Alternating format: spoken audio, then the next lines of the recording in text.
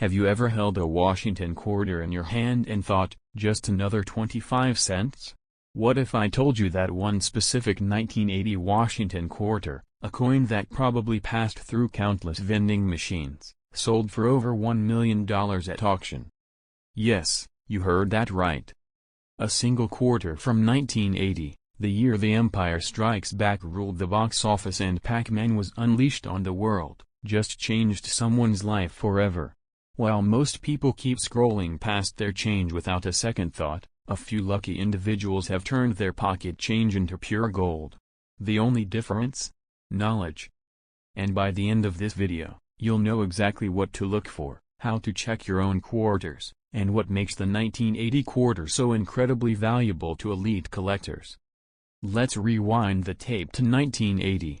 The U.S. Mint in Philadelphia, Denver, and San Francisco struck millions of quarters featuring the iconic image of George Washington on the obverse. At first glance, the 1980 quarter looks just like any other. It's not silver, not rare by mintage, and certainly not flashy. So why didn't one version of it break records and sell for more than most people's retirement accounts? Here's the twist, it wasn't about what it looked like. It was about what went wrong during its creation. The most valuable 1980 Washington quarter wasn't struck in silver, wasn't gold-plated, and didn't belong to a special collector's set. Instead, it was struck on the wrong planchet, a rare mint error that caused the coin to be created using metal meant for another denomination. In this case, experts believe it was struck on a Susan B. Anthony dollar planchet, giving it a unique appearance, slightly larger diameter, and completely unexpected composition. Combine that mistake with the fact that the coin remained in near-perfect condition, graded MS68 by PCGS, and you've got a recipe for a once-in-a-generation treasure. When it went up for auction at heritage auctions, collectors knew this was no ordinary coin. The final sale price? $1,085,000. Yes. One quarter. Over $1 million. Let that sink in for a second. You could be holding that coin in your change jar, in your glove box, or buried in an old sock drawer. And the best part? You don't need to be a seasoned collector to find it, you just need to know what to look for. First, check the mint mark. The most valuable 1980 quarters were minted in Philadelphia, meaning you might see no mint mark at all, common for the era. But the magic isn't in the mark. It's in the error. Flip the coin under good lighting. Look at the size and weight. A standard 1980 quarter weighs 5.67 grams. But if yours feels heavier or lighter, or if the edges look different, smoother, or with fewer ridges, you might be holding a planchet error. Next, look for striking issues, double die obverse errors, off-center designs, or visible doubling in the words Liberty or In God We Trust. Even a slight doubling on George Washington's face could mean the difference between 25 cents and a $25,000 payout. But here is where most people blow it, they don't get the coin graded. A rare coin with a valuable error is meaningless without professional authentication. Services like PCGS or NGC can certify the coin's error and assign it a grade. That grade is everything. It's what separates a lucky find from a 6- or 7-figure payday. And don't forget, never clean your coin. Not even a gentle rub with a cloth. Cleaning can instantly destroy its surface, and with it, the value. Now, let's talk about the collectors. Elite numismatists, the big players in the coin world, aren't just looking for rare coins. They're chasing stories, errors, and perfection. And when a 1980 quarter with an impossible error shows up in mint state condition, they'll pay anything to own it. This isn't just coin collecting anymore. It's high-stakes investment. And while some people dream about winning the lottery, others are already cashing in on forgotten quarters tucked away in old drawers. The only difference between them and you? They knew what to look for. Now so do you. So what's your next move? Grab a scale. Get a magnifying glass. Dig through those coins you've been ignoring for years. Look for that 1980 Washington quarter, especially those with odd weight, odd color, strange metal, or suspicious doubling.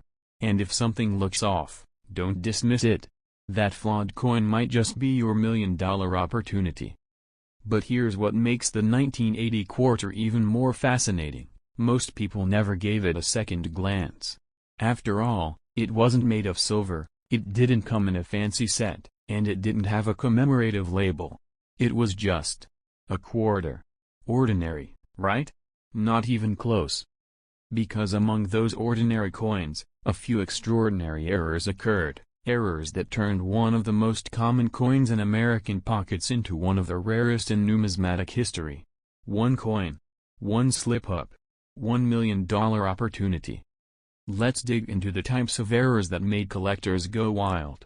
The most valuable 1980 quarter discovered to date was struck on a Susan B. Anthony dollar planchet, a metal blank meant for a completely different coin.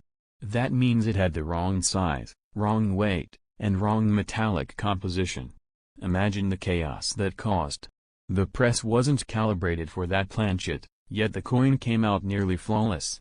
Not only was it a stunning error, it was aesthetic perfection, with bold features, a sharp rim, and gleaming surfaces that screamed mint-state quality. Even seasoned coin graders were stunned. The odds of such an error making it through quality control, then circulation, then surviving without wear, virtually zero. That's what made it so valuable. That's why collectors didn't blink when bidding soared past $1,000,000. But it's not just the Susan B. Anthony planchet you should look for. Off-center strikes, broad strikes, clipped planchets, and especially double-die obverse errors are all confirmed from the 1980 quarter run. Each of these can raise the value of your coin from cents to thousands of dollars.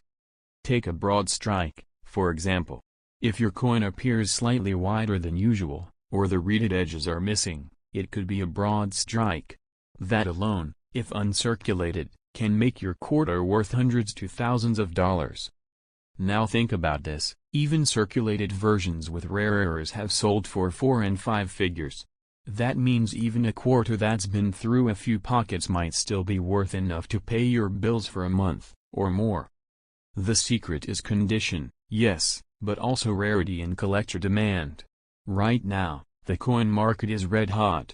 With inflation and economic uncertainty, investors are looking at tangible assets, and rare coins are becoming prized collectibles, and even part of investment portfolios. And 1980? That's a sweet spot. Not too old to be unattainable. Not too new to be boring. It's recent enough that millions of these coins still exist, but rare enough that true mint errors are now commanding jaw-dropping prices. So let me ask you, when was the last time you actually checked your quarters? Not just glanced at them, but weighed them, inspected their edges, checked for doubling or off-center features? Because every week, someone else finds one. A misprint, an odd strike, a wrong metal. And while they're mailing it off for grading, researching auction sites, and fielding 5-figure offers, the rest of the world is still using quarters for parking meters. You don't need to be a numismatist. You just need curiosity and a bit of patience. A scale, a magnifying glass, good lighting, and maybe a cup of coffee and an hour of your time. And let's not forget, the US Mint isn't perfect. Despite their massive quality control systems, coins like this still get through. It's not about if there's another 1980 planchet error out there. It's about who will find it first. That person could be you. The next coin show could feature your quarter. The next auction record could have your name behind it. You just have to start looking. Coin collecting isn't just a hobby anymore. It's a hunt. A puzzle. A test of observation. And for those who succeed, it's also a source of serious financial reward. This isn't about luck, it's about knowledge and timing. Because that rare 1980 quarter wasn't just found by chance. It was recognized. And that's the difference. Anyone can find a coin. But only those who know what to look for can turn it into treasure. Don't underestimate that handful of change. Your next visit to the bank, your next look through an old coin jar, your next trip to a flea market, that could be the moment your life changes. So here's what to do next. Pull out every 1980 quarter you can find. Look at the date. Weigh it. Flip it under bright light. If anything looks odd, metal color, size, edges, letters, set it aside. That might be your $1,000,000 mistake. And once you have it, send it to PCGS or NGC. Don't delay. The longer you wait, the more prices shift. Timing is everything in collectibles, and right now, rare quarters are having a moment. You've just heard the story of a humble coin turned into a 7-figure legend. Now, it's your turn. Are you going to be the next person who uncovers hidden wealth in a simple piece of pocket change? Because this isn't just about a coin. It's about what it represents: opportunity, awareness, and action. What others overlook, you now understand. Because right now, someone else is. And while they're pulling in a 6-figure check from a quarter they found in their grandfather's attic, you might still be sitting on your treasure, completely unaware. The 1980 quarter has already made someone a millionaire. Let this be your wake-up call.